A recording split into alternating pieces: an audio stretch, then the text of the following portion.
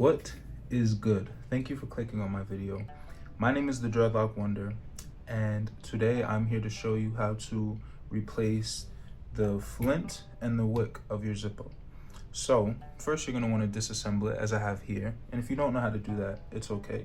You can just do me putting it back together, just do that in reverse. So you can get these wicks and these flints. I get them from Instagram. I get them from Amazon. I bought a bunch. Like they sell them in like packs of 3 or 5, something like that. See, and that's just the wick. You want to make sure it'll go in there nicely. So I just twist one side. Get you out a flint. Put it in there. You click that bad boy around. There we go. Go with that. And so once you get your lighter case out, this is what it'll look like. For me, this one you don't really need to take out.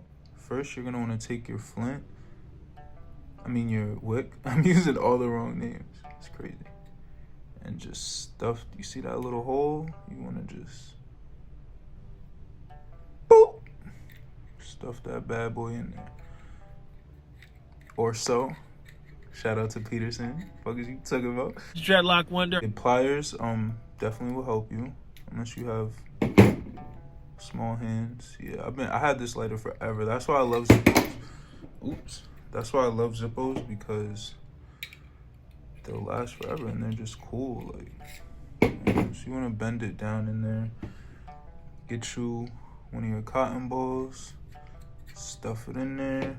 Then fold this back over. Get you another cotton ball. And then just one more for good measure. Put your last cotton ball in there. You feel me? Now we're ready for the flint, which is the piece that makes it spark. But you know that. You already know that. And you just want to drop it in that hole right there. Boop. And you want to take this stopper. Feel me?